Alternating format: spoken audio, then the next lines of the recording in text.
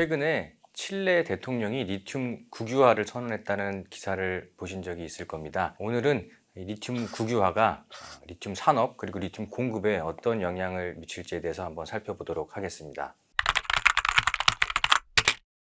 안녕하십니까. 저는 포스코 경영연구원의 박재범 수석연구원입니다. 칠레가 리튬 매장량 기준으로 세계 1위 그리고 공급량 기준으로 세계 2위 국가인데요. 칠레의 가브리엘 보리치 대통령이 최근에 리튬 생산을 전담하는 그런 국영 기업을 설립하겠다라고 하면서 거기에 대한 기사가 많이 나왔습니다. 오늘은 이 이슈에 대해서 좀 짚어보기 위해서 저희가 특별한 전문가 한 분을 모셨습니다. 글로벌 로펌인 DLA 파이퍼에서 변호사로 근무하고 계시는 다이애나 석 변호사님을 오늘 모셨습니다. 변호사님 안녕하세요. 안녕하세요. 예, 제가 지난 2월에 아르헨티나에서 또 변호사님을 뵀었는데 이렇게 또 화상으로 뵙게 됐습니다. 정말 반갑습니다, 변호사님. 네, 너무 반갑습니다. 추가적으로 이제 석 변호사님을 소개를 좀 해드리면 남미에서 가장 권위 있는 대학인 부에노스아이레스 법과대학을 졸업을 하셨고요. 그리고 부에노스아이레스 대학의 로스쿨 교수님으로 이제 활동을 하고 계시면서 작년 기준으로 이제 매출 기준으로 글로벌 3위인 DLA 파이퍼 로펌에서 변호사로 근무를 하고 계십니다. 변호사님 먼저 제일 처음에 이제 질문 드리고 싶은 게 국유화라는 이제 기사가 요즘 너무 많이 나오다 보니까 국내에서는 이제 언론에 국유화라고 기사가 나오고 있고 해외에서는 뭐 내셔널라이제이션 이런 표현을 쓰고 있는데요. 또 아르헨티나 현지 언론에서는 이 부분이 어떻게 표현되고 있는지 좀 말씀을 부탁드리겠습니다.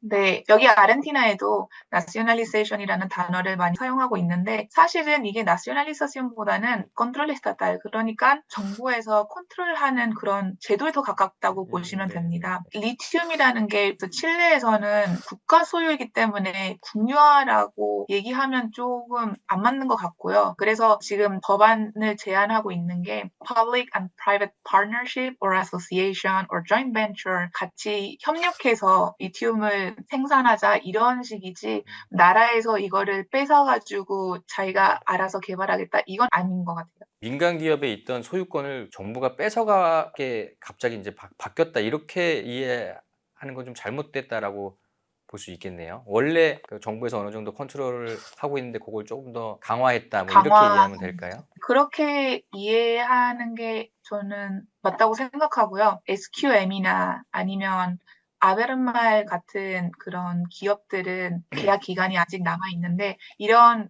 계약 기간은 그대로 유지하고 그리고 그 계약 기간 동안 이 정부가 참여한다는 게 아니라 이제 계약이 끝나고 만약에 이 법 제안이 통과되면 그때 정부가 같이 이제 소유하겠다, 같이 이거를 개발하겠다라는 거지. 뭐 지금 당장 프라이빗 컴퍼니들이 갖고 있는 컨세션들을 뺏겠다, 뭐 이런 거는 아니에요.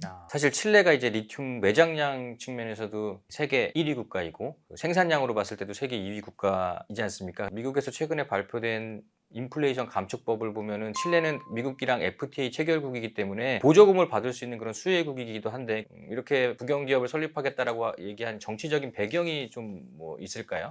네, 칠레에 들어가 있는 제일 큰 회사들이 아벨마르레하고 SQM이에요. 이 두 회사들이 지금 칠레에서 리튬을 생산하고 있는데 작년에도 다른 기업들이 여기 이 리튬 시장에 들어가려고 했지만 이게 정치적인 문제도 있고 민간 문제들 때문에 이게 법원으로 넘어갔어요.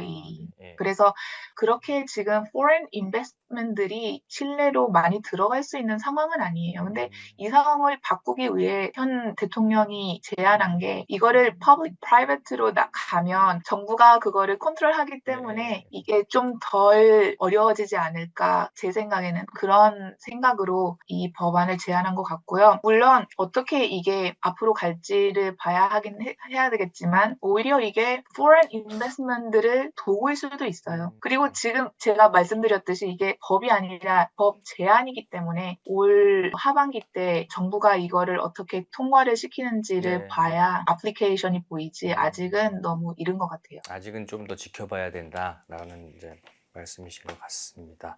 칠레 같은 경우에는 리튬 같은 그런 광물의 소유권이 누구한테 있는 건가요? 칠레에서는 리튬이 전략적 자원으로 간주되어 있어서 여러 법적 규제에 의해 규정이 되고 있는데요. 일단은 칠레 헌법에 의하면 천연 자원은 국가의 소유이며 그 개발과 이용은 국익에 따라 규제되고 있습니다.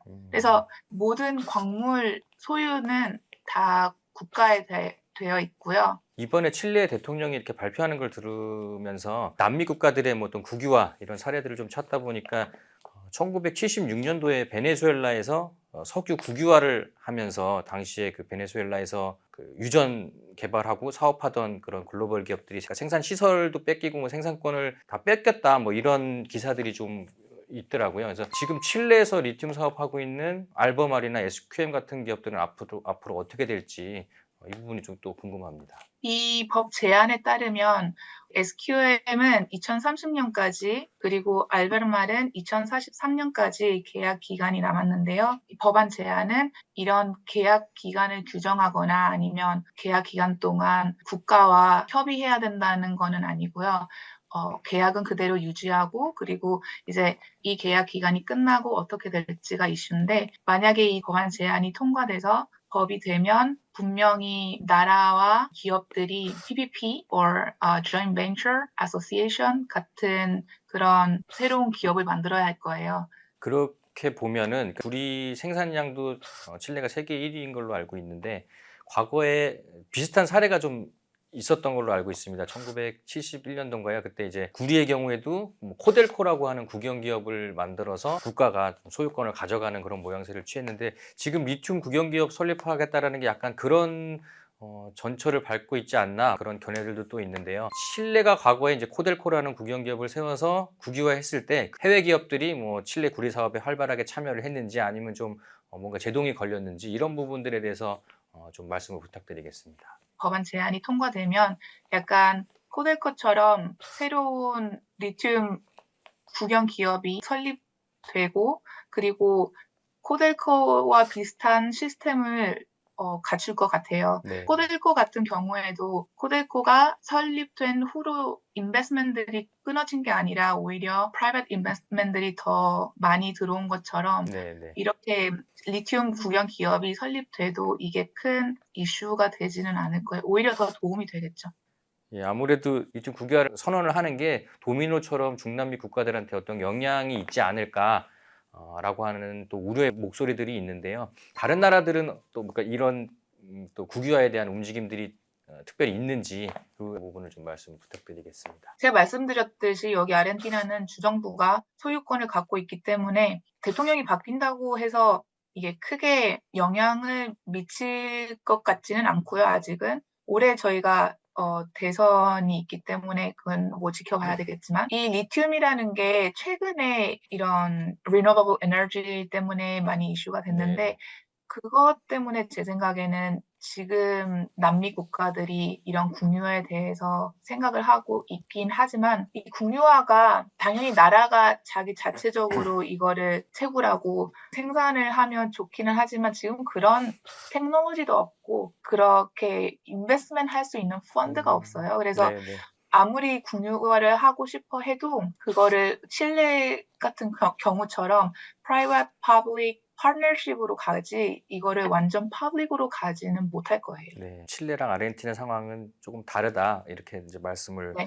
해주셨는데 그러면은 칠레 대통령이 리튬 국유화를 선언을 했을 때 아르헨티나 현지 반응은 그때 어땠습니까? 그게 좀 궁금하네요. 이게 국유화를 아직 법안으로 이게 나온 게 아니라서 네. 지금은 국회가 이거를 통과할지를 지켜보고 있고요. 만약에 이걸 통과하면 아르헨티나가 보기에는 이게 오히려 기회일 수도 있어요. 지금 해외 투자자들은 칠레 국유화가 위기라고 생각해서 칠레 네. 인베스트먼트를 끊을 수가 있는데 오히려 그거는 그러면 아르헨티나한테는 기회죠. 그 그렇죠. 인베스트먼트들이 아르헨티나나 아니면 다른 국가로 이게 올 거니까. 근데 아직은 지켜보는 상황인 것 같아요. 네.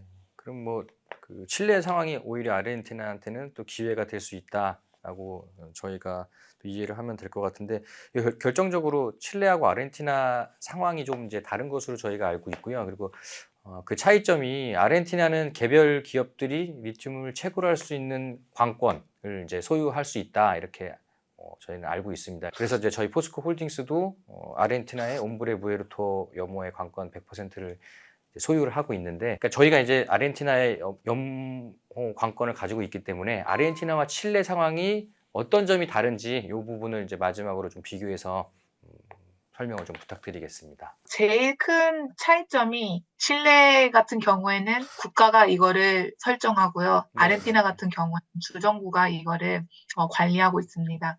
그래서 아르헨티나에는 이게 한번 컨세션이 되면 그 소유가 민간 기업에 갑니다. 이게 제일 큰 차이점이죠. 아르헨티나는 그런 컨세션을 받을 때 private company가 소유를 하고 칠레 같은 경우에는 extraction amount 그거를 컨세션 하지 그 땅에 대한 소유는 갖고 있진 않아요. 민간 기업이 그러니까 리튬 같은 그런 광물에 대한 소유권을 좀 더 자유롭게 가지고 있을 수 있다. 그리고 뭐 기간의 제한도 없다. 이런 말씀이신 것 같습니다. 다음 시간에 좀 더 그 아르헨티나 그 리튬 상황에 대해서 좀 자세하게 또 말씀 들어보는 시간 갖도록 하겠습니다. 변호사님 오늘 말씀 감사합니다. 네, 감사합니다. 네. 예, 지금까지 다이애나 석 변호사님 모시고 그러니까 칠레를 비롯해서 중남미 국가들의 리튬 국유화 움직임 그리고 아르헨티나 상황과의 비교에 대해서 이제 말씀을 들었습니다. 다음 시간에는 아르헨티나의 상황에 대해서 조금 더 자세하게 변호사님 모시고 말씀 나눠보는 시간 갖도록 하겠습니다. 감사합니다.